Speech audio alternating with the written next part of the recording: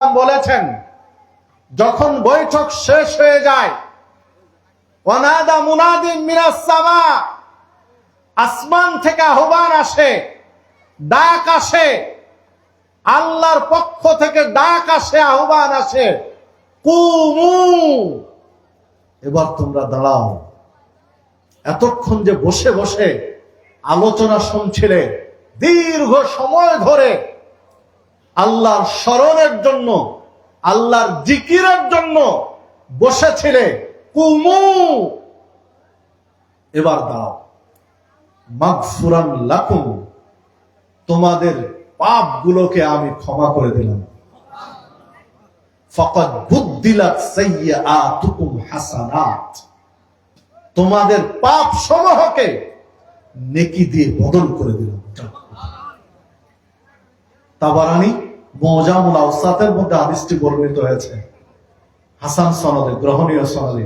সম্মানিত উপস্থিতি, আপনি চিন্তা করতে পারেন যে কত ফজিলত এই বৈঠকগুলোতে। আল্লাহ ডাক দিয়ে বলেন যে এবার উঠো, দাঁড়াও, যাও, তোমাদের পাপগুলো ক্ষমা করে দেওয়া হলো, তোমাদের পাপগুলোকে নেকি দিয়ে বদল করে দেওয়া হলো। সুবহানাল্লাহ। এই আহ্বানটা আসে কখন? আমি মনে হয় বোঝাতে পারলাম আপনাদেরকে। আলোচনা শেষে, বৈঠক শেষে, বৈঠক শেষে আল্লাহর পক্ষ থেকে আহ্বান আসে।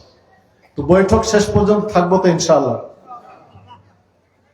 যদিও বা একটু রাত ভারী হয়েছে উঠতে উঠতে, 1 ঘন্টা কষ্ট হবে কি?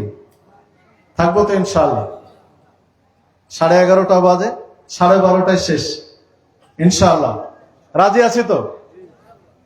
আল্লাহ রাব্বুল আলামিন কবুল করুন। আজকের বৈঠককে আল্লাহ রাব্বুল আলামিন কবুল করুন। আজকের বৈঠককে আল্লাহ রাব্বুল আলামিন আপনার আমার পাপ ক্ষমা নেওয়ার বৈঠক হিসেবে কবুল করুন, নাজাতের ওসিলা হিসেবে কবুল করুন। সম্মানিত উপস্থিতি, চলুন সময় নষ্ট না করে মূল আলোচনায় ফিরে যাই।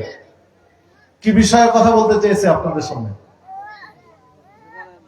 জীবনের লক্ষ্য নির্ধারণ। জীবনের লক্ষ্য নির্ধারণ। জীবনের লক্ষ্য নির্ধারণ করতে হবে। অধিকাংশ মানুষ আমরা জীবনের লক্ষ্য নির্ধারণ করতে পারি না। জীবনের যে একটা লক্ষ্য আছে, একটা জায়গায় আপনাকে আমাকে পৌঁছতে হবে, এই লক্ষ্য, এই টার্গেট ঠিক করতে পারি না। যার কারণে আপনার আমার জীবন এলোমেলো, এত পাপ করি তার হিসাবের বাহিরে।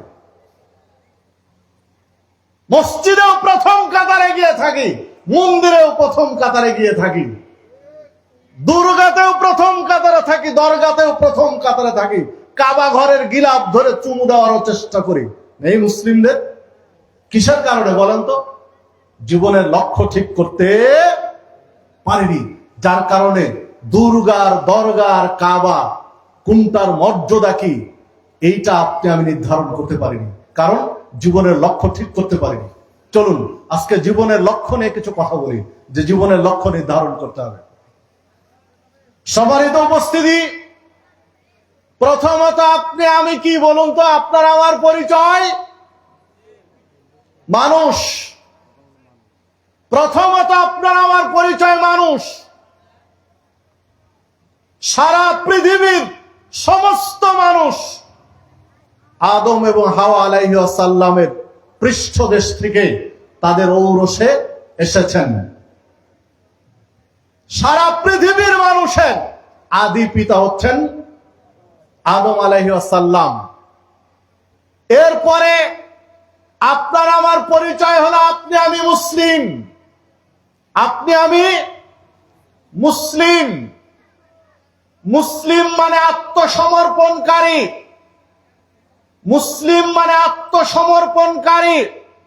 আল্লাহ প্রদত্ত বিধান, ওহীর বিধান, রাসূলুল্লাহ সাল্লাল্লাহু আলাইহি ওয়াসাল্লামের সুন্নাহ প্রদর্শিত পথ, আল্লাহর বিধান, রাসূলের বিধান, কোরআন মাজিদ এবং সুন্নাহ, এর আলোকে জীবন ঠিক করতে হবে আপনাকে আমাকে। যারাই কোরআন এবং সুন্নাহর বিধানের কাছে আত্মসমর্পণ করতে পেরেছেন, কোরআন এবং সুন্নাহর প্রত্যেকটা বিধিবিধান নিজের জীবনে বাস্তবায়ন করার চেষ্টা করেছেন, তারাই হচ্ছে মুসলিম আত্মসমর্পণকারী। সম্মানিত উপস্থিতি, উসুলুস সালাসা, তিনটি মূলনীতি প্রত্যেক মুসলিমের। উসুলুস সালাসা, তিনটি মূলনীতির উপরে জীবন গঠন করা উচিত। কবরে গিয়ে মৌলিক প্রশ্ন হয় তিনটি উসুলের উপরে প্রশ্ন হয়। এক, মান রব্বুকা, রব কে? রব কে? বলেন কে রব? আল্লাহ। আল্লাহু আকবার, তিনি সবচেয়ে বড়। কত বড় বলেন তো? আল্লাহু আকবার, তিনি সবচেয়ে বড়। আল্লাহ কত বড় কে বলতে পারেন? কে বলতে পারবেন কি আল্লাহ কত বড়? জি, আল্লাহকে আপনি যত বড় বলতে সক্ষম, আল্লাহ তার চেয়ে বড়। তাই তো আল্লাহু আকবার। আল্লাহকে আপনি যত বড় কল্পনা করতে ভাবতে সক্ষম, আল্লাহ তার চেয়ে বড়। তাই তো আল্লাহু আকবার। সারা পৃথিবীর জ্ঞানী গুণী পণ্ডিত মহারথী আল্লাহকে যত বড় প্রকাশ করতে সক্ষম, কলমে হোক, ভাষায় হোক, আচরণে হোক, আল্লাহকে যত বড় প্রমাণ করতে সক্ষম, আল্লাহ তার চেয়ে বড়। তাই তো আল্লাহু আকবার। সম্মানিত উপস্থিতি, রব সম্পর্কে প্রথম প্রশ্ন হবে কবরে গিয়ে মূলনীতি। তাহলে আপনার আমার জীবনের লক্ষ্য নির্ধারণের একটা সাইড হলো উসুলুস সালাসা, তিনটি মূলনীতির উপরে জ্ঞান থাকতে হবে। তার একটি হলো রবকে, রব সম্পর্কে জ্ঞান থাকতে হবে। রব সম্পর্কে আপনার আমার জ্ঞান থাকতে হবে, কারণ কবরে গিয়ে প্রশ্ন আসবে। প্রথম প্রশ্ন হবে রব সম্পর্কে। রব সম্পর্কে আপনার আমার একটা ধারণা থাকতে হবে। সম্মানিত উপস্থিতি, দেখুন বাংলাদেশে যারা নিজেকে মুসলিম দাবি করে, তাদের সবার রব একরকম নয়। একরকম কি? প্রশ্ন করি দিয়ে একটা বিরক্ত হচ্ছেন কি? দেখুন, আপনার আমার রব কোথায় আছেন? জি, আরশের উপরে। আপনার আমার রবের অবস্থান আরশের উপরে। বাংলাদেশের কোটি কোটি মুসলিমের রব সর্বত্র বিরাজমান। আপনি গিয়ে 10 জন মানুষকে একটু বাইরে গিয়ে জিজ্ঞাসা করেন, কোটি কোটি মানুষ, লক্ষ লক্ষ নয়, বাংলাদেশে কোটি কোটি মানুষের চিন্তা, চেতনা, ভাবনা হচ্ছে রব সর্বত্র বিরাজমান। তাহলে সবার রব কি এক হলো? সম্মানিত উপস্থিতি, রব সম্পর্কে আপনার আমার একটা ধারণা, জ্ঞান থাকতে হবে। যেহেতু এই বিষয়ে প্রথম প্রশ্ন, দেখুন, যদি এটা মুসলিমদের কথা বলি, অমুসলিমদের হিসাব তো আলাদা।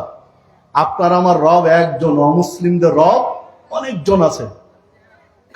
কারো মতে 2 জন, কারো মতে 3 জন, কারো মতে অসংখ্য, কারো মতে যত কল্লা তত আল্লাহ, ইত্যাদি ইত্যাদি।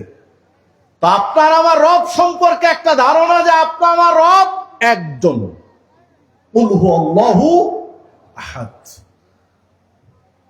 দ্বিতীয়ত, আপনার আমার রবের অবস্থান আরশের উপরে। তৃতীয়ত, আপনার আমার রবের একটি আকার আছে, তিনি নিরাকার নন, তার একটা আকার আছে, কিন্তু আকারটা কেমন? তার মতো। আল্লাহর আকারটা কেমন? তার মতো। আপনাকে আমাকে মানুষ হিসাবে আল্লাহ বানিয়েছেন, মানুষের যেটা আকৃতি দেওয়া দরকার সেটা আপনাকে আমাকে দিয়েছেন। গরুকে আল্লাহ সৃষ্টি করেছেন, গরুকে যে আকৃতি দেওয়া দরকার সেটা গরুর ভিতরে দিয়েছেন। হাতিকে যে আকৃতি দরকার সেটা হাতির মধ্যে দিয়েছেন। ঘোড়াকে যে আকৃতি দেওয়ার দরকার সেটা ঘোড়ার মধ্যে দিয়েছেন। তিনি রব, তার যে আকৃতি নেওয়া প্রয়োজন সেটা তিনি নিয়েছেন, কিন্তু আমরা জানি না।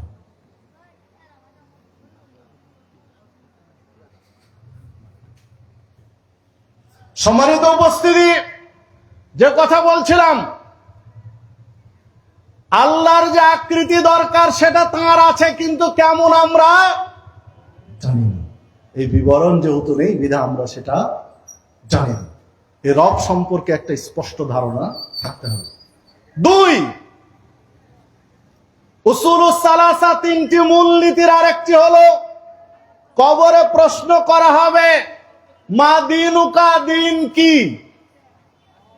ঠিক আছে তো প্রশ্ন নাকি? দিন কি? কি দিন বলেন? ইসলাম। দিন ইসলাম। দিন, জীবন ব্যবস্থা হচ্ছে ইসলাম।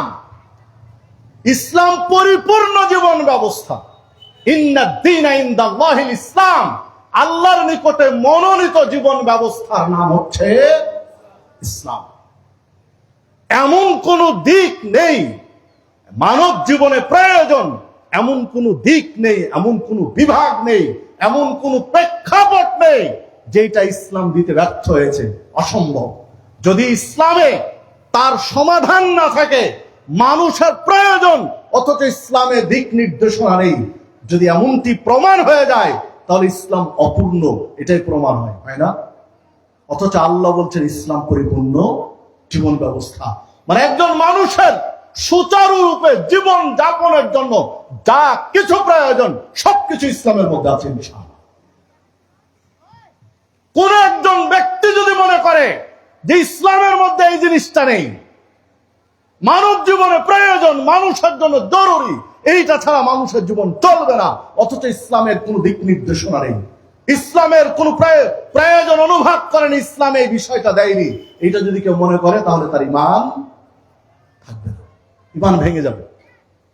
ঈমান ভাঙ্গার যতগুলো কারণ আছে তার মৌলিক কারণ 10টি। ঈমান ভেঙে যাওয়ার মৌলিক কারণ 10টি। তার একটি কারণ হচ্ছে ইসলামকে যদি কেউ অপূর্ণ মনে করে, ইসলামের চেয়ে অন্য কোন জীবন ব্যবস্থাকে কেউ যদি ভালো মনে করে যে ইসলামে এটা নেই, এটা অন্য, এই ধর্মে এটা আছে, ইসলামের চেয়ে এটা ভালো, তাহলে তার ঈমান ভেঙে যাবে, সে মুসলিম থাকতে পারবে না। তাকে নতুন করে তওবা করে কালেমা পড়ে মুসলিম হতে হবে, না ওর ঈমান আসবে। আমি বুঝাতে পারলাম কিনা জানি না। সম্মানিত উপস্থিতি, প্রসঙ্গত বলে রাখি, যদি এ বিষয়ে আপনার দলিল প্রয়োজন হয়, কারণ বিস্তারিত বলতে গেলে সময় কুলাবে না, বেশি দলিলের যদি প্রয়োজন হয় তাহলে আমার লেখা একটি বই আছে, ঈমান ও ইসলাম ভঙ্গের কারণ, দলিল সহ সেই বইয়ের ভিতর আমি সবগুলো লিখেছি। স্টেজে বইটা পাওয়া যাবে, চাইলে শেষে নিয়ে যায় না। তো যে কথা বলছিলাম যে দেখুন, ইসলাম একটা পরিপূর্ণ জীবন ব্যবস্থা। ইসলামে নেই, দিন ইসলামের মধ্যে মানুষের জন্য প্রয়োজন এমন কিছু নেই, এটা অসম্ভব। যা কিছু প্রয়োজন তার পরিপূর্ণ দিক নির্দেশনা ইসলামে দেওয়া হয়েছে।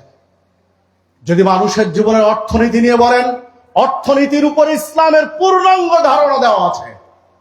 যদি সমাজনীতি নিয়ে বলেন, ইসলামে পরিপূর্ণ দিক নির্দেশনা দেওয়া আছে। সংস্কৃতি নিয়ে বলেন, তাহলে ইসলামে পরিপূর্ণ দিক নির্দেশনা রয়েছে। সামাজিক জীবন নিয়ে বলেন, ইসলামে পরিপূর্ণ দিক নির্দেশনা রয়েছে। যেই সাইডে, যেই বিভাগে বলেন না কেন, ইসলাম দিক নির্দেশনা দিয়ে রেখেছে। সম্মানিত উপস্থিতি, আল্লাহ রাসূল সাল্লাল্লাহু আলাইহি ওয়াসাল্লাম বলছেন, কবরের জিজ্ঞাসা হবে একটা কি, যে তোমার দিন কি? তো দিন ইসলাম, এটা মানি, আমরা স্বীকার করি দিন ইসলাম, কিন্তু বাস্তব জীবনে মানতে পারি না। মানতে পেরেছি কি? মসজিদের ভিতরে ইসলাম মানি, মসজিদ থেকে বেরিয়ে গেলে আর ইসলামের তোয়াক্কা করি না। ইসলামের ধারধারীরা সুবিধাবাদ জিন্দাবাদ, যেটা সুবিধা হয় সেটা গ্রহণ করি, যেটা সুবিধা হয় না সেটা গ্রহণ করি না। সম্মানিত উপস্থিতি, না হলে বাংলাদেশের আপনার এই মাদারগঞ্জের যে কোনো ব্যাংকে গিয়ে দেখেন, ব্যাংক থেকে যারা লোন নিয়েছে কয়জন অমুসলিম আছে আর কয়জন মুসলিম আছে আপনি গুনে দেখেন। কয়জন মুসলিম আর কয়জন অমুসলিম আপনি গুনে দেখেন ব্যাংকে যারা লোন নিয়ে বসে আছে। ইসলামের সুদ হালাল না হারাম? অর্থনীতি, ইসলামী অর্থনীতিতে সুদ হালাল না হারাম? হারাম। আপনারা কেউ জানেন না, মাদারগঞ্জের মুসলিম জানে না যে সুদ হারাম? একজন বলতে পারবেন? একজন দাঁড়িয়ে বলার ক্ষমতা আছে? মাইকের আওয়াজ যত দূরে যাচ্ছে, একজনের ক্ষমতা নেই যে তিনি বলতে পারেন যে আমি কোনোদিন শুনিনি যে সুদ হারাম, শুনিনি। এটা কেউ বলতে পারবে না। মানে সবাই শুনেছেন, শুনে শুনে কান ঝালা ফালা হয়ে গেছে, অথচ সুদ ছাড়তে পারেনি। তাহলে দিন ইসলাম, আমার দিন, জীবন ব্যবস্থা ইসলাম, এইটা হৃদয় থেকে না মানতে পেরেছে কি? মুখে আছে কিন্তু হৃদয়ে নেই, মানতে পারিনি, হৃদয় থেকে মেনে নিতে পারেনি, বাস্তব জীবনে আসতে পারেনি, বাস্তব জীবনে প্রয়োগ করতে পারেনি। তাহলে আত্মসমর্পণকারী হলাম কি করে? আত্মসমর্পণকারী মানে ইসলামের বিধান মেনে নিতে হবে আপনাকে আমাকে, এটা হতে পারলাম কি করে? বাস্তব জীবনে সুদ ছাড়তে পারিনি, বাস্তব জীবনে ঘুষ ছাড়তে পারিনি, বাস্তব জীবনে মদ ছাড়তে পারিনি, বাস্তব জীবনে নেশা জাতীয় দ্রব্য ছাড়তে পারিনি, বাস্তব জীবনে নারীদের পর্দায় আনতে পারিনি। এগুলো দিনের অন্তর্ভুক্ত না? এগুলো দিনের অন্তর্ভুক্ত না? অন্তর্ভুক্ত নয়। সম্মানিত উপস্থিতি, নারীদের পর্দা করা হালাল না হারাম? পর্দা করতে হবে, এটা ইসলামের চূড়ান্ত বিধান। পর্দা ছাড়া থাকবে, এটা হারাম। হারাম নয়? পর্দা ছাড়া একজন নারী থাকবে, এটা কি শরীয়তে? হারাম। এটা স্পষ্ট কোরআন মাজিদের আয়াত। অকরনা ফি বুয়ুতিকুন্না ওয়ালা তাবাররাজনা তাবাররুজাল জাহিলিয়াতিল উলা।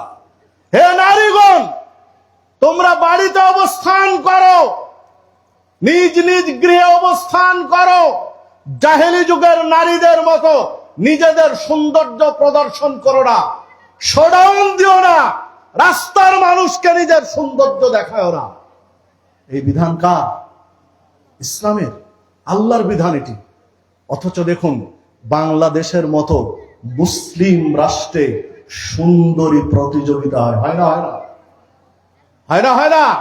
কারা করে? একজন মুসলমানের বাচ্চা। দাবিদার আপনি মুসলমান, ধিক্কার জানাই তোমার মতো মুসলমানকে। তুমি নারী সুন্দরী প্রতিযোগিতার ব্যবস্থা করো আর নিজেকে দাবি করো মুসলিম, ধিক্কার জানাই তোমার। আর এখন তো এসে কি সুদর্শন পুরুষ, হিজড়া প্রকৃতির মানুষগুলোকে সামনে তুলে দিয়ে সুন্দর পুরুষের প্রতিযোগিতা চলছে, হচ্ছে না এগুলো? সম্মানিত উপস্থিতি, এগুলো সব বিদেশি কালচার, ইহুদি খ্রিস্টানদের সংস্কৃতি মুসলিমদের মধ্যে চাপিয়ে দিয়ে আপনার আমার ঈমান হরণের পায়তারা চলছে জাহান্নামের খড়ি বানানোর জন্য। যদি আপনি আমি সাবধান হতে না পারি, তাহলে বিচারের মাঠে অন্যান্য উম্মাত 72 দলে বিভক্ত থাকবে, আর উম্মাতে মুহাম্মাদি 73 দলে বিভক্ত থাকবে। কারণ তো এগুলোই। কারণ আপনার আমার মুখের স্বীকৃতি একরকম, কিন্তু মেনে নিতে পারে না। দেখুন, রাসূলুল্লাহ সাল্লাল্লাহু আলাইহি ওয়াসাল্লাম একদা সাহাবীদের এক বৈঠকে বলছিলেন, ইয়াকুমুদ দুখুল আলান নিসা, নারীরা রয়েছে এই রকম বাড়িতে প্রবেশের বিষয়ে সাবধান। যে গৃহে নারী আছে এই গৃহে প্রবেশের বিষয়ে সাবধান।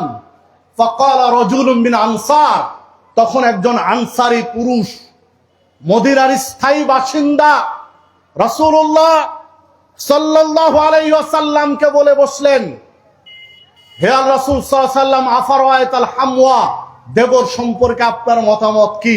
বাড়িতে ভাবি আছে, দেবর কি করবে? যে বাড়িতে বেগানা নারী আছে এই বাড়িতে প্রবেশের বিষয়ে সতর্ক করলেন। বাড়িতে ভাবি আছে, তাহলে এখন এই দেবর কি করবে? প্রবেশ করবে না করবে না? রাসূলুল্লাহ সাল্লাল্লাহু আলাইহি ওয়াসাল্লাম বললেন, আল হামুল মাউত, দেবর মৃত্যু সমতুল্য। ভাবি আছে এই বাড়িতে দেবর প্রবেশ করবে, তবে দেবর ভাবির সম্পর্ক হবে মৃত্যুর মতো। মরণকে যেমন ভয় পায় মানুষ, মরণকে মৃত্যুকে যেমন ভয় পায়, ভাবি দেবরকে ওই রকম ভয় করবে, দেবর ভাবিকে সেই রকম ভয় করবে, মৃত্যুর মতো ভয় করবে। সহিহ বুখারীর হাদিস, সহিহ মুসলিমের হাদিস। সম্মানিত উপস্থিতি, দেখুন দেবর ভাবির সম্পর্ক হবে মৃত্যুর মতো, মরণের মতো। দেখুন তো আপনার আমার বাড়িতে কয়জনের বাড়িতে এই সিস্টেম চালু আছে?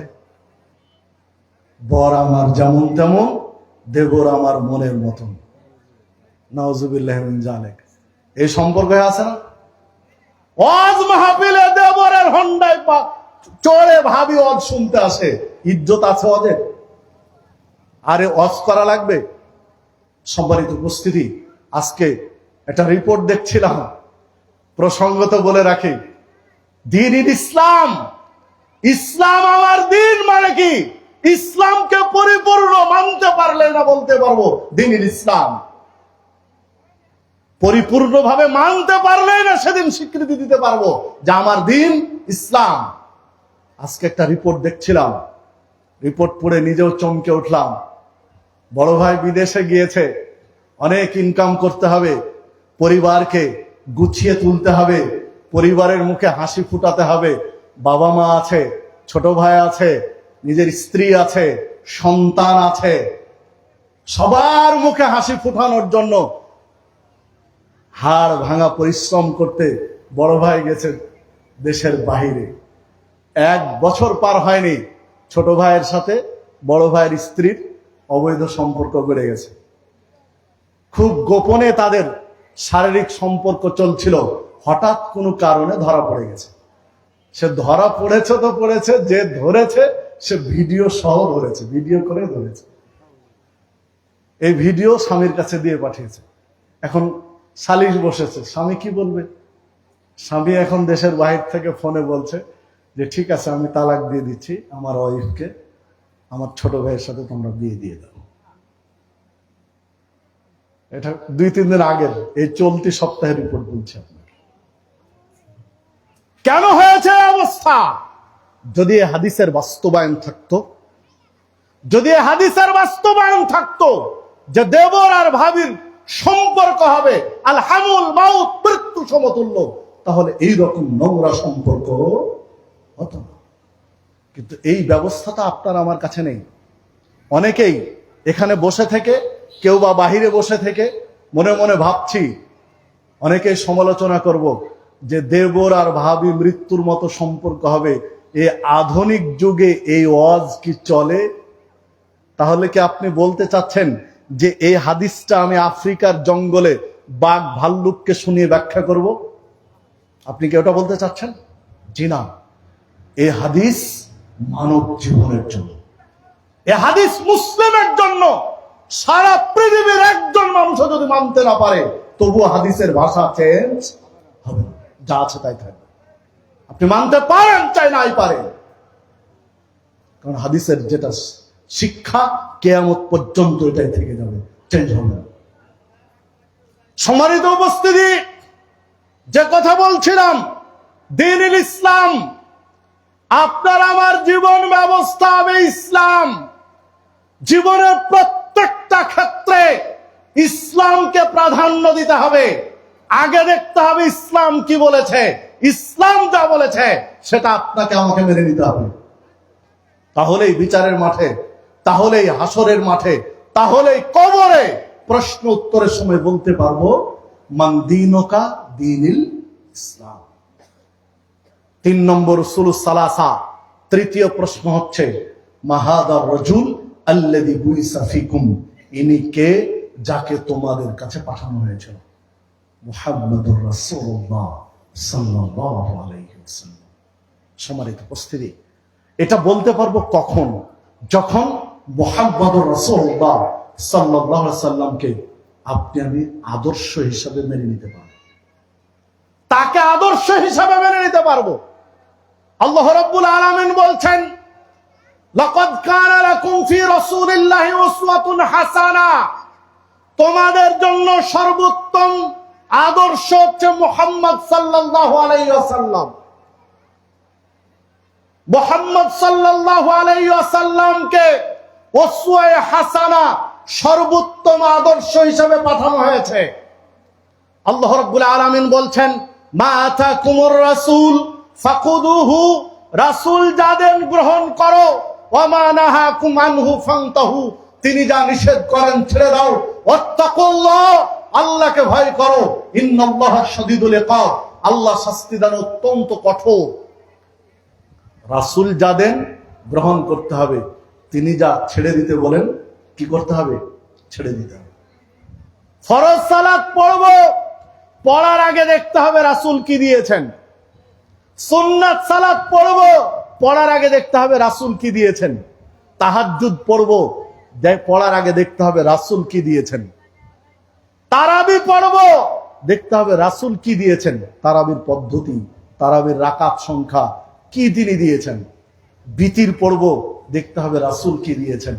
প্রত্যেকটা ক্ষেত্রে রাসূল সাল্লাল্লাহু আলাইহি ওয়াসাল্লাম কি দিয়েছেন, ইবাদতের ক্ষেত্রে আপনাকে আমাকে দেখতে হবে, তাকটা মেরে নিতে হবে।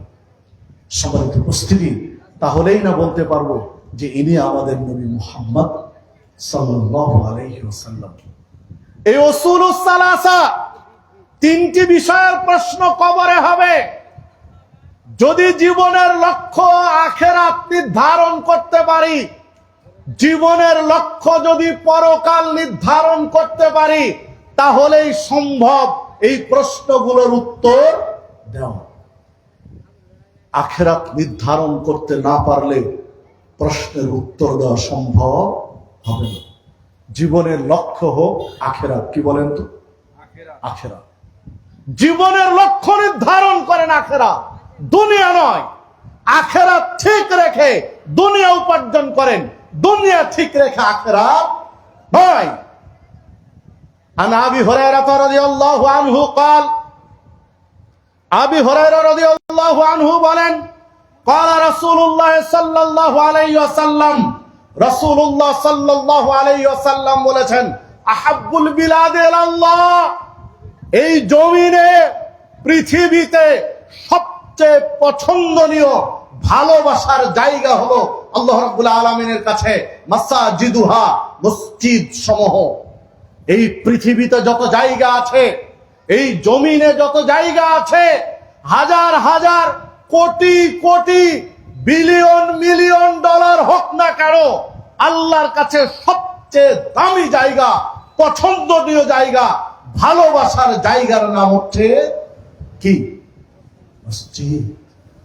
ওয়া আবগাদুল বিলাদি ইলাল্লাহ, আল্লাহর কাছে সবচেয়ে খারাপ জায়গা, নিকৃষ্ট জায়গা, আসওয়াকুহা, বাজার। কি বলেন তো? বাজার। যে হাদিস সহিহ মুসলিমের মধ্যে বর্ণিত হয়েছে, 1560 নম্বর হাদিস সহিহ মুসলিমের। সহিহ মুসলিমের হাদিস মানে হাদিস ঠিক আছে নাকি? হাদিসে ত্রুটি নেই। বলেন, পৃথিবীতে সবচেয়ে ভালো জায়গার নাম কি বলেন তো? মসজিদ। আর সবচেয়ে খারাপ জায়গার নাম বাজার। জীবনের লক্ষ্য আখিরাত যদি নির্ধারণ করতে পারতাম, তাহলে মানুষ বেশি হতো মসজিদ মুখী। কিন্তু জীবনের লক্ষ্য মসজিদ নির্ধারণ না করে করেছে কি? বাজার। বাজারে লোক বেশি, মসজিদে লোক কম। বাজারে ঘন্টার পর ঘন্টা সময় ব্যয় করতে পারি, আর মসজিদে গিয়ে যদি ইমাম সাহেবের 2 মিনিট দেরি হয়ে যায়, তাহলে এই কোণা থেকে একবার চিৎকার পারি, ওই কোণা থেকে একবার চিৎকার পারি যে কোথায় ইমাম সাহেব, কি করে, আমাদের সময়ের দাম নেই। এগুলো হয় না? হয় না? হয়। বাজারে ঘন্টার পর ঘন্টা দিচ্ছি, সমস্যা নেই। আর মসজিদে এসে আপনি আমি একেবারে ছটপট ছটপট শুরু করি, মানে যত দ্রুত মসজিদ থেকে বের হতে পারি মনে হয় ততই করলাম, ভাবটা এরকম। ইল্লা মাশাআল্লাহ, ব্যতিক্রম তো কিছু আছে। ব্যতিক্রম যারা আছে তাদের সংখ্যা খুবই কম, একেবারে কম। যে কথা বলছিলাম, পৃথিবীতে সবচেয়ে ভালোবাসার গুরুত্বপূর্ণ মহব্বতের জায়গার নাম হতো মসজিদ। মসজিদের সাথে আপনার আমার কানেকশন বেশি থাকার কথা। রাসূলুল্লাহ সাল্লাল্লাহু আলাইহি ওয়াসাল্লাম বলেছেন, একজন ব্যক্তি ওযু করে বাড়ি থেকে বের হয়ে মসজিদে গিয়েছে, যতক্ষণ মসজিদে অবস্থান করছে বাড়ি থেকে বের হওয়ার পর থেকে, ততক্ষণ পর্যন্ত ফেরেশতারা তার জন্য দোয়া করছে, তার ক্ষমা প্রার্থনা করছে, তার তওবা যেন কবুল হয়, এই প্রার্থনা আল্লাহর কাছে করতে আছে। মসজিদে যত সময় দিবেন, মসজিদে যত অবস্থান করবেন, আপনার জন্য তত কল্যাণকর। রাসূলুল্লাহ সাল্লাল্লাহু আলাইহি ওয়াসাল্লাম বলছেন, আমি একদিন উত্তম অবস্থায় আমার রবকে দেখলাম, স্বপ্নে দেখলাম কিছু ফেরেশতা একটা বিষয় নিয়ে আলোচনা করছেন। আমার রব আমাকে জিজ্ঞাসা করলেন, কাকে? মুহাম্মদ সাল্লাল্লাহু আলাইহি ওয়াসাল্লাম। আপনি বলতে পারেন এই বিশিষ্ট ফেরেশতারা কি নিয়ে আলোচনা করছেন? তার রাসূল সাল্লাল্লাহু আলাইহি ওয়াসাল্লাম বলছেন, আমি বললাম ওনারা কাফফারাত নিয়ে কথা বলছেন। কাফফারাত কি? আল্লাহ রাসূল সাল্লাল্লাহু আলাইহি ওয়াসাল্লাম বললেন, কাফফারাত হলো সালাত আদায় করে মসজিদে কিছু সময় অবস্থান করা। কাফফারাত কি বলেন তো?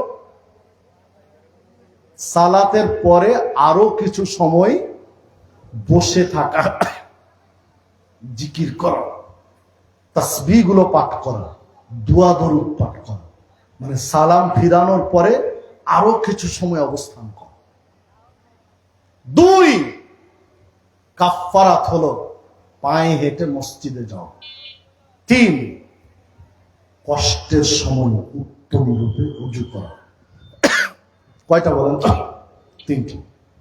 কষ্টের সময় উত্তম রূপে ওযু করি।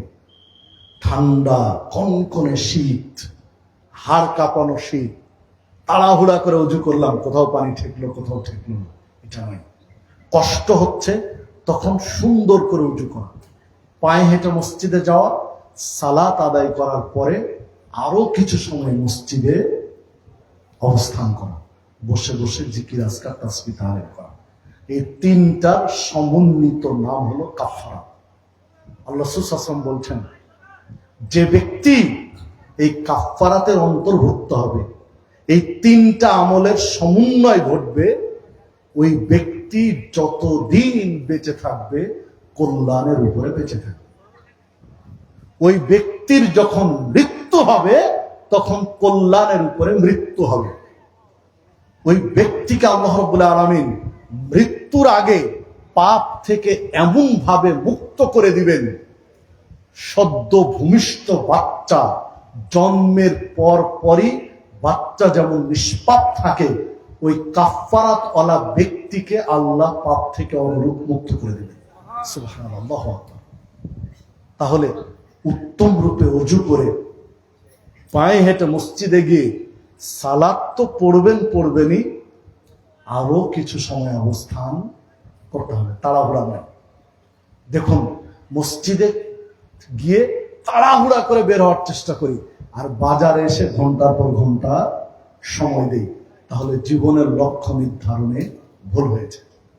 প্রয়োজন আছে বাজার করেন, প্রয়োজন শেষ বাজার থেকে দূরে সরেন। বিনা প্রয়োজনে বিনা কারণে বাজারে যত থাকবেন আপনার পাপ তত বাড়তে থাকবে।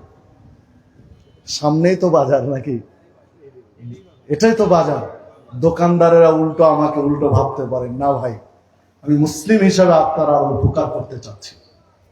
যারা দোকানদার তারা তো ব্যবসা করবেনই, বিনা প্রয়োজনে একজন মানুষ আপনার ওখানে আড্ডা দিবে, ইসলাম বলে না, ইসলাম এটা সাপোর্ট করে না। আল্লাহ রাসূল সাল্লাল্লাহু আলাইহি ওয়াসাল্লাম অন্য আরেকটি হাদিসে বলেছেন, ব্যবসায়ীদের এক বৈঠকে, ব্যবসায়ীরা উপস্থিত ছিলেন অনেকেই, এইরকম এক বৈঠকে বলছেন আল্লাহ রাসূল সাল্লাল্লাহু আলাইহি ওয়াসাল্লাম যে, ও ব্যবসায়ীরা শোনো, তোমরা বেশি বেশি সাদাকা করো, অন্যদের চেয়ে তোমরা দান বেশি করো, কেননা ইচ্ছায় অনিচ্ছায় তোমাদের পাপ হয়ে যায়।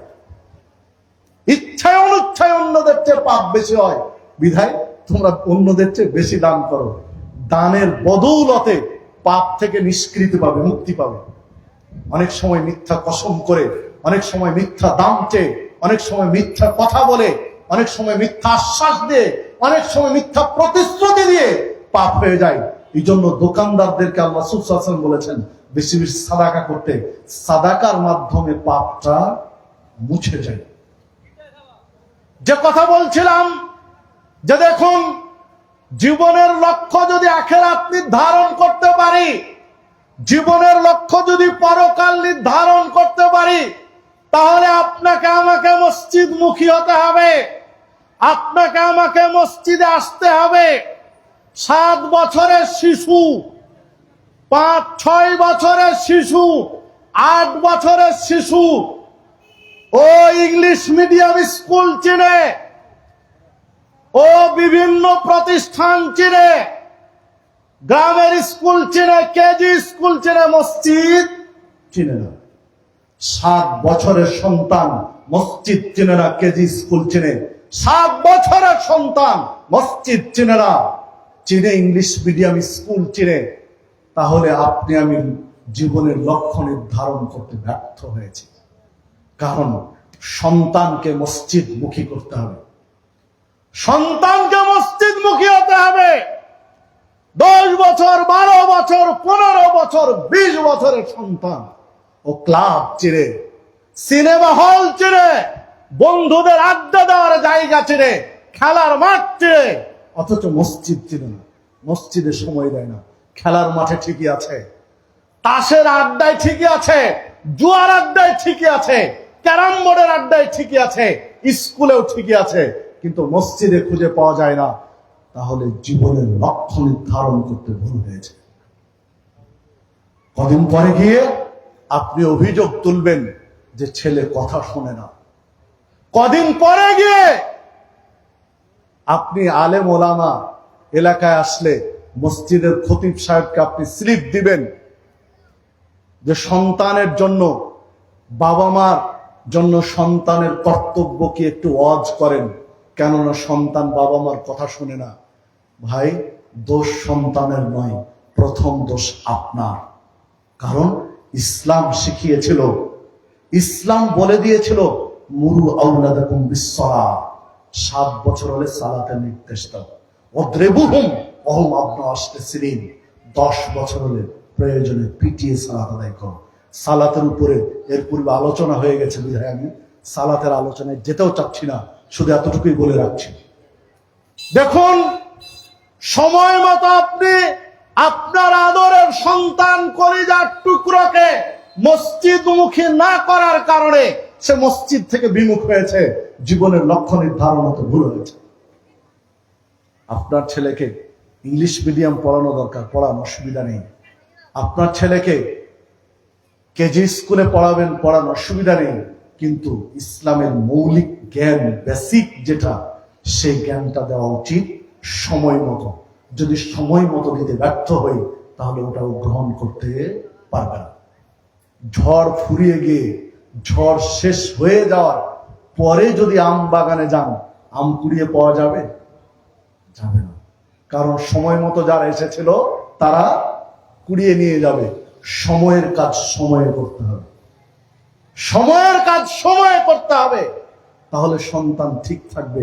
যিনি এই মানুষ রূপী এই মেশিনটা যিনি তৈরি করেছেন, সৃষ্টি করেছেন, তিনি কে? আল্লাহ। তিনি এই মেশিনটার আদ্যপান্ত সবকিছু সবচেয়ে ভালো জানেন কে? এই মেশিনটা, মানব রূপী এই যন্ত্রটা কিভাবে চালালে ভালো থাকবে, কিভাবে চালালে ঠিক থাকবে, কিভাবে চালালে সবকিছু ঠিক রাখতে পারবে, এইটা সবচেয়ে ভালো জানেন আল্লাহ। তিনি এই বিধানগুলো দিয়েছেন, কোনটা ডাইরেক্ট, কোনটা ইনডাইরেক্ট। ডাইরেক্ট যে বিধান দিয়েছেন সেইটা হচ্ছে আল কোরআন, ইনডাইরেক্ট যে বিধান দিয়েছেন সেটা হচ্ছে আল হাদিস, রাসূলুল্লাহ সাল্লাল্লাহু আলাইহি ওয়াসাল্লামের মাধ্যমে। বিধায় এই দুই নীতির আলোকে আপনার আমার জীবন করতে হবে। সম্মানিত উপস্থিতি, রেল লাইন, রেল চলে কয়টা পাতের উপরে? 2 পাতার উপরে রেল চলে। একটা পাত ঠিক আছে, আর একটা বাঁকা করে রেখেছে, চলতে পারবে রেল? চলতে পারবে না। ঠিক মানব জীবনটা এরকম, 2টা পাতের উপরে আপনার আমার জীবন চালাতে হবে। একটি কোরআন আর একটি সুন্নাহ, একটি আল কোরআন আর একটি আল হাদিস। এই 2টা রুটের উপরে জীবন চলতে হবে। একটা মানবো আর একটা মানবো না, ওই জীবন চলতে পারে না। যারা নিজেকে আহলুল কোরআন দাবি করে, শুধু কোরআন মানে হাদিস মানবে না, তারা প্রকৃত মুসলিম হতে পারে না, তারা মুসলিম হতে পারে না। আত্মসমর্পণ করে দুটোই লাগবে। তারাক্তু ফিকুম আমরাইন লান তাদিল্লু মা তামাসসাকতুম বিহিমা কিতাবাল্লাহ ওয়া সুন্নাতা নাবিয়িহি। আল্লাহ রাসূল সাল্লাল্লাহু আলাইহি ওয়াসাল্লাম বলছেন বিদায় হজ্জের ভাষণে, আমি তোমাদের থেকে বিদায় নিচ্ছি, তবে দুইটি জিনিস দেখে যাচ্ছি, যে এই দুইটি জিনিসকে যে ব্যক্তি শক্ত করে মজবুত করে ধরে থাকতে পারবে, ওই ব্যক্তিকে কেউ পথচ্যুত করতে পারবে না, ভুল পথে নিয়ে যেতে পারবে না, লাইনচ্যুত করতে পারবে না। একটি হচ্ছে আল কোরআন, আর একটি হচ্ছে নবীর সুন্নাহ হাদিস।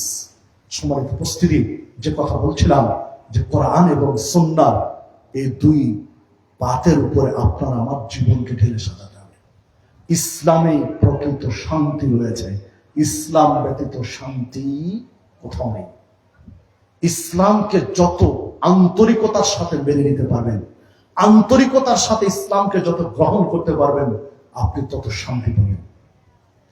আল্লাহ রাব্বুল আলামিন বলেছেন, কু আনফুসাকুম ওয়া আহলিকুম নারা, নিজেরা জাহান্নামের আগুন থেকে বাঁচো, পরিবারকে বাঁচাও। নিজে বাঁচো, পরিবারকে বাঁচাও। একাকী বাঁচবো, পরিবারকে বাঁচানোর চেষ্টা করব না, এইটা ইসলাম বলেনি। পরিবারকে নিয়ে বাঁচার চেষ্টা করতে হবে। নিজ নিজ পরিবারকে যদি ঠিক করি, মাদারগঞ্জের এই শ্যামগঞ্জের কথাই বলি, প্রত্যেকটা পরিবারের কর্তা অভিভাবক যদি নিজের পরিবারটা ঠিক করে, স্রেফ নিজের পরিবারটা ঠিক করে, তাহলে শ্যামগঞ্জ পরিবর্তন হতে 1 বছরও সময় লাগবে। অবস্থা চেঞ্জ হয়ে যাবে, মানুষের আচরণ পরিবর্তন হয়ে যাবে।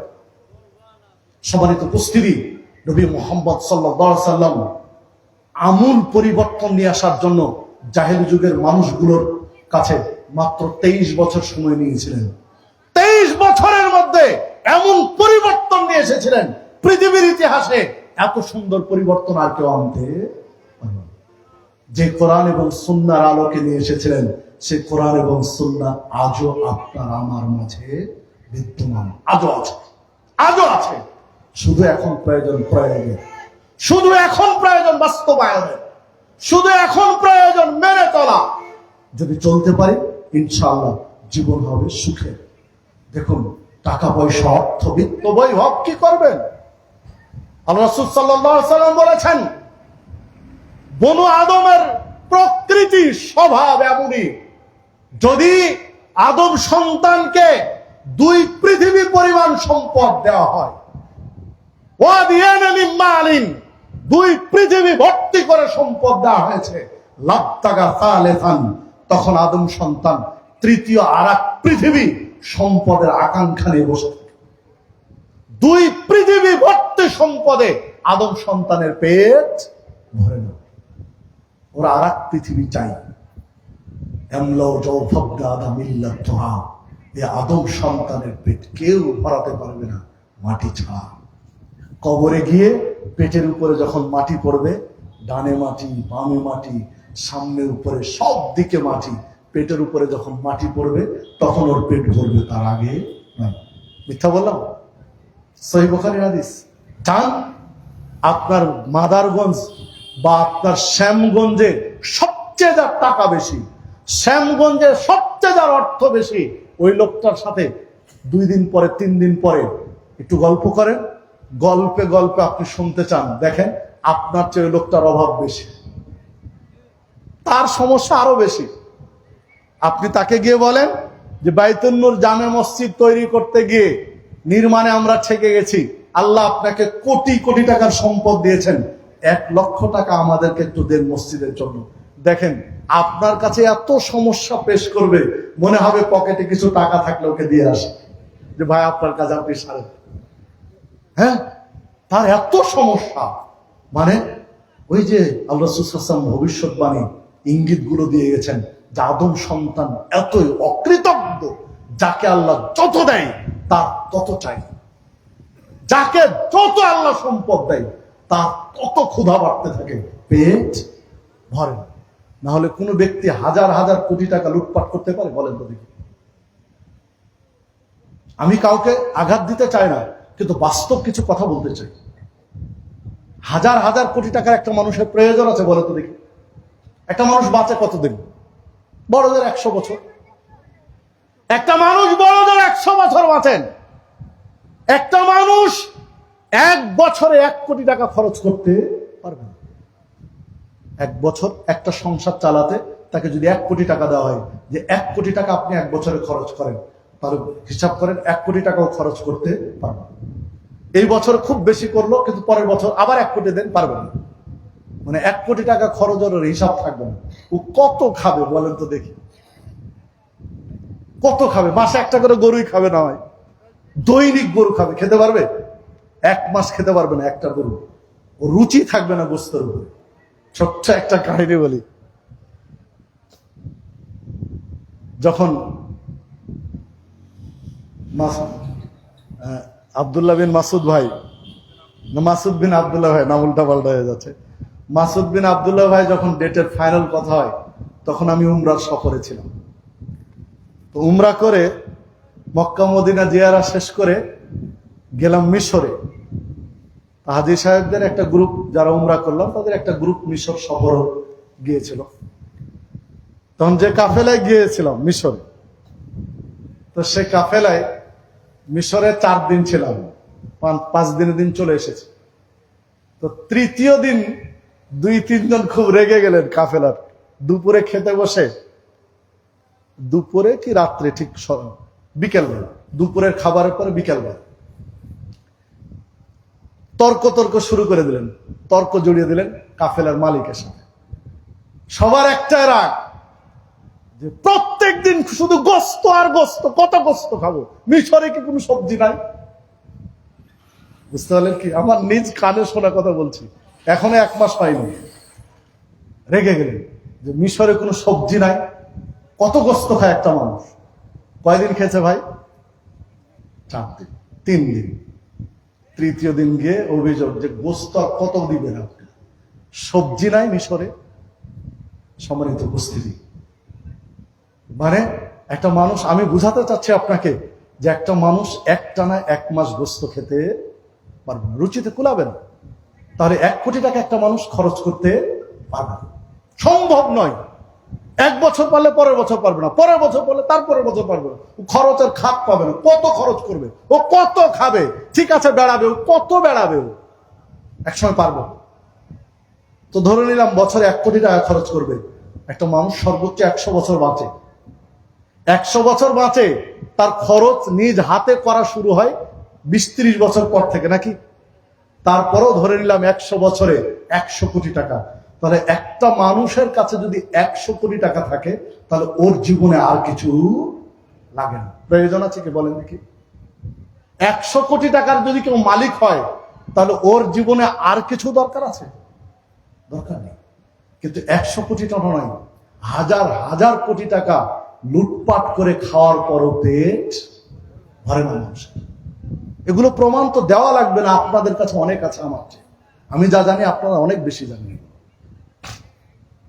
মানে এটা হলো মানুষের চাহিদা। কেন বলেন তো? এই সমস্যাটা কেন বলেন তো? জীবনের লক্ষ্য নির্ধারণ করতে পারে, জীবনকে দুনিয়ামুখী ভেবেছি, আখিরাত মুখী ভাবতে পারে। কুল্লু নাফসিন যায়কাতুল মাউত, প্রত্যেকটা আত্মাকে মৃত্যুর স্বাদ আস্বাদন করতে হবে। যার জীবন আছে তার মৃত্যু আছে, যাকে আল্লাহ জীবন দিয়েছেন তাকে মৃত্যু দিয়েছেন। জীবন আছে মানে মৃত্যু আছে। সম্মানিত উপস্থিতি, আল্লাহ রাব্বুল আলামিন বলছেন, ওয়ালাউ কুনতুম ফি বুরুজিন মুশাইয়্যাদা, কোথায় পালাবে মৃত্যু থেকে, কোথায় লুকাবে? সুদূর পরাহত দুর্ভেদ্য কোন দুর্গেও যদি কেউ আত্মগোপন করো, সেখানে মৃত্যু পৌঁছাবে, পালাতে পারবে না। একজন কবি একটা কাব্য অনুবাদ করেছেন, মৃত্যু থেকে যতই ডরাও মৃত্যু তোমায় লইবে ঘিরি, যদিও সুদূর আকাশ পানে লুকাও গিয়ে লাগিয়ে সিঁড়ি। আকাশেও যদি লুকানোর চেষ্টা করো বাঁচতে পারবে না, মৃত্যু ঘিরবেই। তো যেই মানুষগুলো হাজার হাজার কোটি টাকা আত্মসাৎ করে লুটপাট করে পেট ভরেনি, তারা জীবনের লক্ষ্য নির্ধারণ করতে পারেনি যে কিছুদিন পরে আমাকে মারা যেতে হবে। এই মাথায় এই কমন সেন্সটা নেই।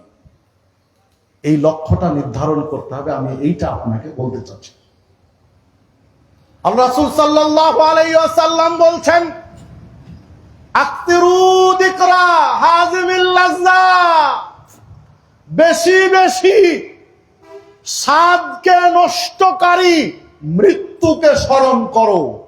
জীবনের স্বাদ নষ্টকারী মৃত্যুকে বেশি বেশি স্মরণ করো, তাহলে জীবন সুখের হবে।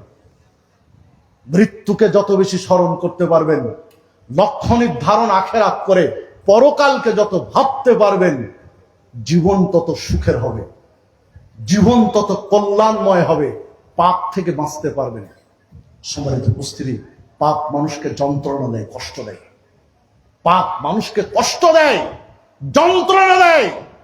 একজন মুসলিম যে নিজেকে মুসলিম দাবি করে, প্রত্যেকে নিজের নিজের হৃদয়কে জিজ্ঞাসা করেন, পাপ হয়ে গেলে হৃদয় আপনার নিজেকে ধিক্কার দেয়, যেটা কি করলে মুসলিম হয়ে কি ঠিক হলো? সম্মানিত উপস্থিতি, আসুন জীবনের লক্ষ্য আখিরাত নির্ধারণ করে সেইভাবে জীবন গঠন করি, সেইভাবে জীবন গঠন করি, মসজিদ মুখী জীবন গঠন করি। পৃথিবীতে সবচেয়ে গুরুত্বপূর্ণ জায়গা মসজিদ। মসজিদ মুখী আপনার আমার আমল তৈরি করি, আখিরাত মুখী জীবন গঠন করি। বল তুসিরুনাল হায়াতাদ দুনিয়া, তোমরা দুনিয়াবী জীবনকে প্রাধান্য দাও। ওয়াল আখিরাতু খায়রুম ওয়া আবকা, অথচ আখিরাত দুনিয়ার চেয়ে কল্যাণকর এবং স্থায়ী।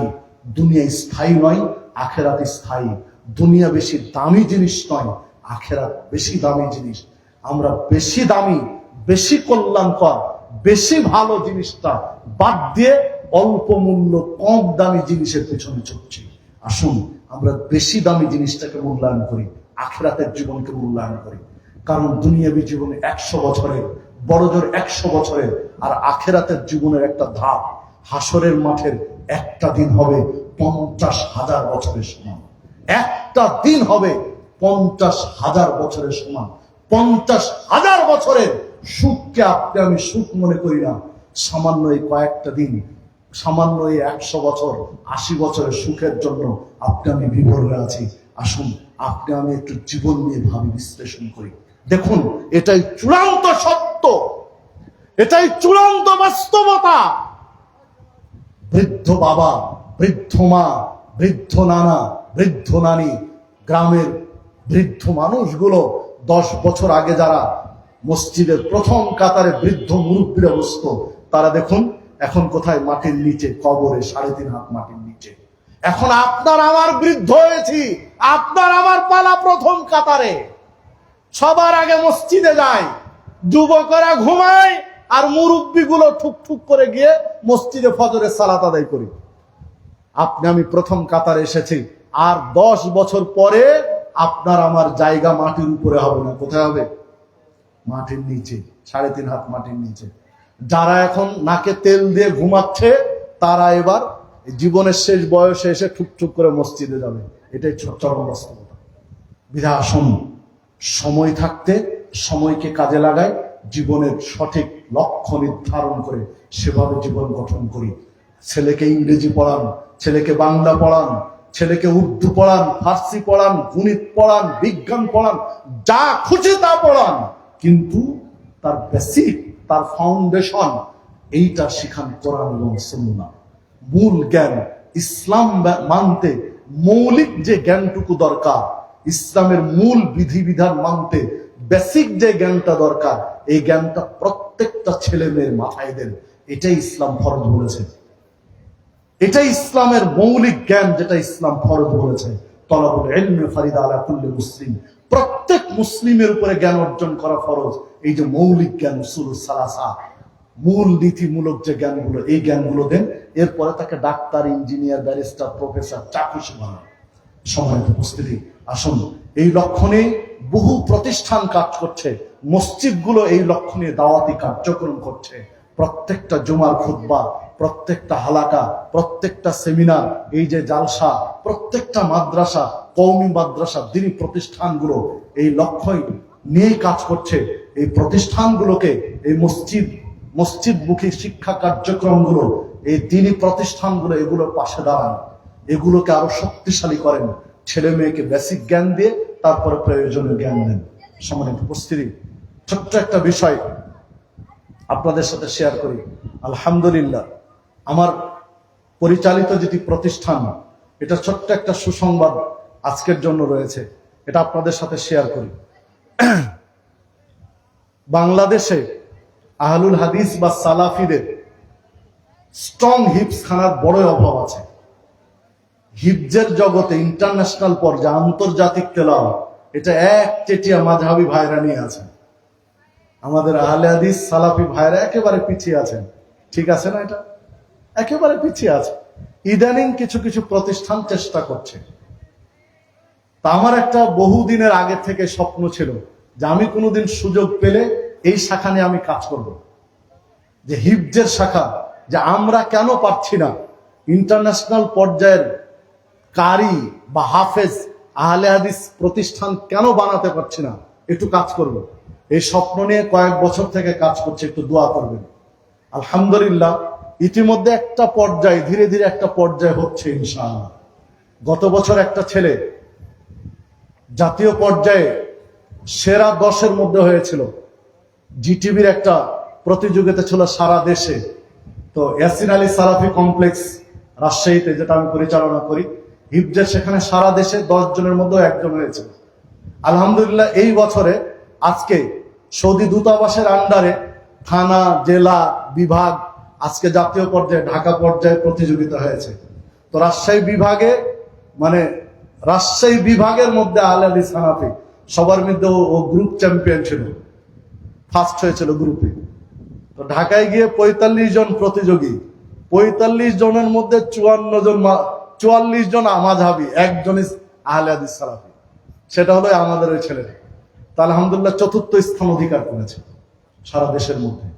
40,000 টাকা পুরস্কার হ্যান্ড ক্যাশ তাকে দিয়েছে আলহামদুলিল্লাহ। তা আমরা চেষ্টা করছি, দোয়া রাখবেন আমাদের জন্য, একটু দোয়া করেন যেন যে গ্যাপটা আছে এই গ্যাপটা পূরণ করতে পারি। আহলে হাদিসদের মধ্যে যেন ইন্টারন্যাশনাল পর্যায়ের তেলাওয়াতকারী হাফেজ কারি বের হয়, একটু দোয়া করবেন আমাদের জন্য। যদি কারো স্বপ্ন, স্বাদ থাকে, সুযোগ থাকে, তাহলে বাচ্চা কাচ্চা পড়াতে চাইলে এই যে লিফলেট গুলো আছে, চাইলে নাম্বারে যোগাযোগ করতে পারেন। অন্তত একটু দোয়া করেন যেন এই গ্যাপটা পূরণ করতে পারি। আল্লাহ রাব্বুল আলামিন যেন কবুল করেন। তো পরিশেষে এই মসজিদের জন্য ছোট্ট একটা হাদিস বলে আমি শেষ করছি। আল্লাহ রাসূল সাল্লাল্লাহু আলাইহি ওয়াসাল্লাম বলছেন, একজন ব্যক্তি মারা গেলে কবর দেওয়া হয়। কবর দেওয়া হলে কবর দিয়ে মানুষ চলে যায়, সল জব হয়ে যায়। এরপরে আযাবের ফেরেশতা আসে।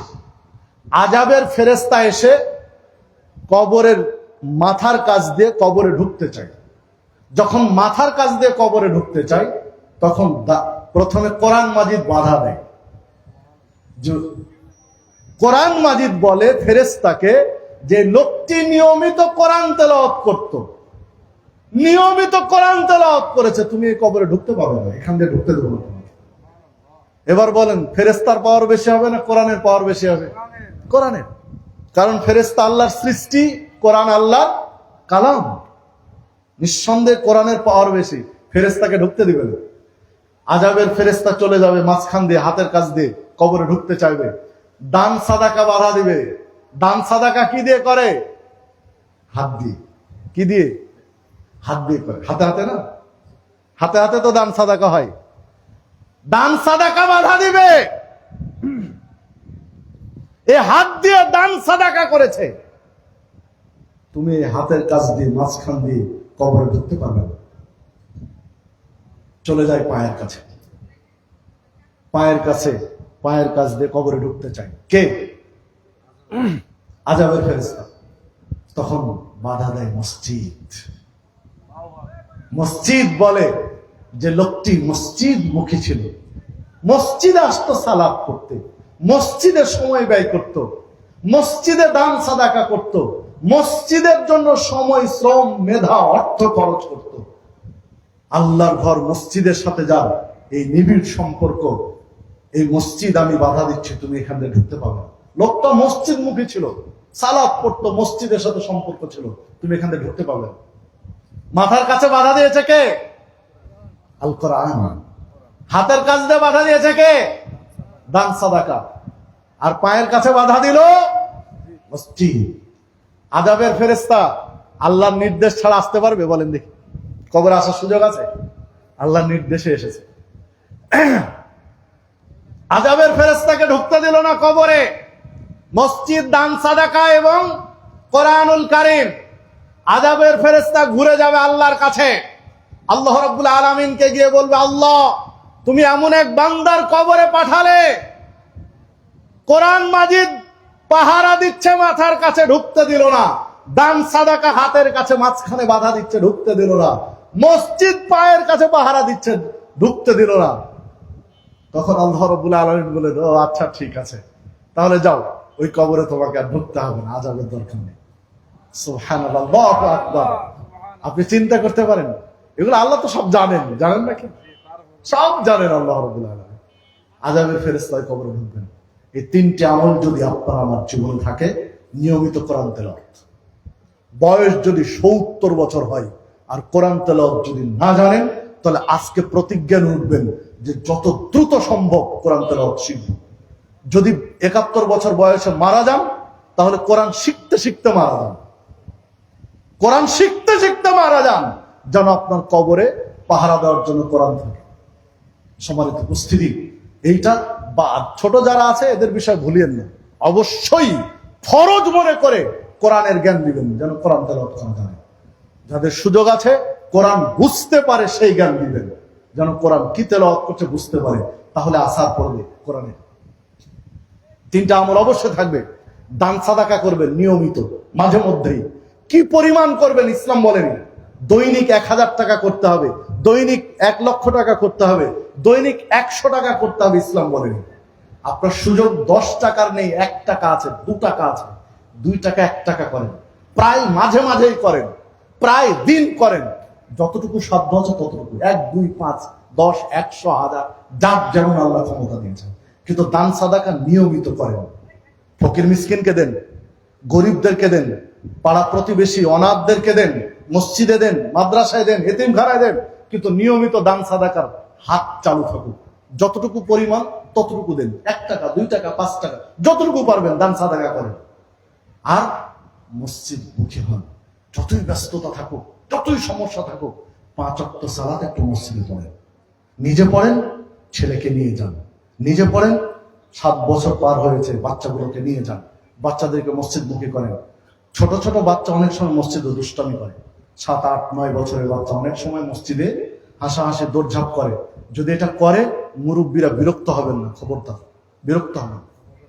ধমকও দিবেন না, কাছে ডেকে নিয়ে মাথায় হাত বুলিয়ে একটু আদর করে বলবেন যে বাবা বা ভাই বা যে সম্পর্ক সেটাই বলেন যে বাবা দেখো এটা আল্লাহর ঘর, এখানে দুষ্টুমি করতে হয় না। আদর করে বুকে জড়িয়ে ধরে বলেন। ধমক দিলেন মানে ছেলেটাকে মসজিদ থেকে দূরে সরিয়ে দিলেন। খবরদারি কাজ করবেন না। আল্লাহ রাসূল সাল্লাল্লাহু আলাইহি ওয়াসাল্লাম সিজদায় গিয়ে সিজদায় লুটিয়ে পড়েছেন, আর হাসান হুসাইন রাদিয়াল্লাহু আনহুমা কোথায়? কাঁধের উপরে বসে আছেন। রুকুতে আল্লাহ রাসূল সাল্লাল্লাহু আলাইহি ওয়াসাল্লাম রুকুতে গেছেন, নাতি পিঠে চড়ে বলছেন এটা আমার টাট্টু ঘোড়া, চলো এবার। আল্লাহ রাসূল সাল্লাল্লাহু আলাইহি ওয়াসাল্লাম ফেলে দেননি। যখন রুকু থেকে উঠবেন, লম্বা রুকু করছেন, কার জন্য? নাতি যেহেতু পিঠের উপরে ঘোড়ায় চড়ে আছে, লম্বা রুকু দিয়েছেন। যখন উঠবেন, হাত দিয়ে আস্তে করে নামিয়ে রাখলেন, দিয়ে সিজদায় গেলেন। তিনি আমাদের জন্য মডেল, আদর্শ। তার দিকে দেখেন। বাচ্চাদের একটু বিরক্ত করবেন না, মসজিদ মুখী করেন, মসজিদ থেকে দূরে সরিয়ে আনেন। আল্লাহ রাব্বুল আলামিন আমাদেরকে মানার এবং মানার পরিবেশ করে দিন, মেনে নেওয়ার মেজাজ দান করুন। মসজিদের জন্য আয়োজন, মসজিদে দান সাদাকা করবেন। নাম ঘোষণা হতে হবে, এটা বড় জরুরি না। আপনি নিয়ত করার সাথে সাথে কোথায় উপরে তিনি জানেন, নিয়ত করার সাথে সাথে তিনি জানেন নেকি শুরু হয়েছে। একটা মজার বিষয় হলো, একটা কল্যাণ ভালো কাজের মানুষ যখন নিয়ত করে তখন থেকে নেকি শুরু হয়। নেকি শুরু হয় কখন থেকে? নিয়ত করার সাথে সাথে। আর পাপের কাজ নিয়ত করার সাথে সাথে নয়, যখন পাপ শুরু করে, পাপ প্রতিষ্ঠা করে, তখন পাপ শুরু হয়। পাপ লিখা হয় কখন? যখন পাপ করা শুরু হয়েছে তখন। আর নেকি শুরু হয় কখন? নিয়ত করার সাথে সাথে। বিধায় নিয়ত করবেন সবসময় ভালো কাজে। আল্লাহ রাব্বুল আলামিন আমাদের সকলকে সেই তৌফিক দান করুন। পরিশেষে ছোট্ট একটি ঘোষণা দিয়ে, আমার লেখা বেশ 6-7টি বই আছে, যারা চাইবেন বইগুলো স্টেজ থেকে সংগ্রহ করতে পারেন। আর মসজিদের জন্য দান সাদাকা করবেন, জীবনের লক্ষ্য আখেরাত নির্ধারণ করেন, আখেরাত ঠিক রেখে জীবন পরিচালনা করেন। হাজার হাজার কোটি টাকা বৈধ পথে ইনকাম করেন, তবে আখেরাত ঠিক রেখে। আল্লাহ রাব্বুল আলামিন আমাদের সকলকে সেই তৌফিক দান করেন।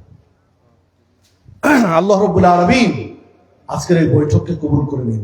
আল্লাহ, এই বৈঠকে যারা উপস্থিত হয়েছে, আল্লাহ সকলকে তুমি জান্নাতি ব্যক্তিদের তালিকা অন্তর্ভুক্ত করে নাও। আল্লাহ, আমরা জানি না আমাদের কি পাপ হয়েছে, কতটুকু পাপ হয়েছে। আল্লাহ, আমরা পাপী বান্দা, তোমার কাছে ক্ষমা চাচ্ছি। আল্লাহ, তুমি আমাদেরকে ক্ষমা করো। আল্লাহ, তুমি আমাদের জানা অজানা, ইচ্ছায় অনিচ্ছায় যে পাপগুলো হয়েছে, সকল পাপকে তুমি ক্ষমা করে দিয়ে তোমার মুখলেস বান্দাদের অন্তর্ভুক্ত করে নাও। আল্লাহ, তুমি আমাদেরকে ঈমানের উপরে বেঁচে থাকা, ঈমানের উপরে মৃত্যুবরণ করার সুযোগ দিও। আল্লাহ রাব্বুল আলামিনের কাছে প্রার্থনা যেন আল্লাহ তুমি আমাদেরকে সিরাতে মুস্তাকিমের পথে প্রতীক হিসেবে কবুল করে নাও। আল্লাহ, এই মসজিদটিকে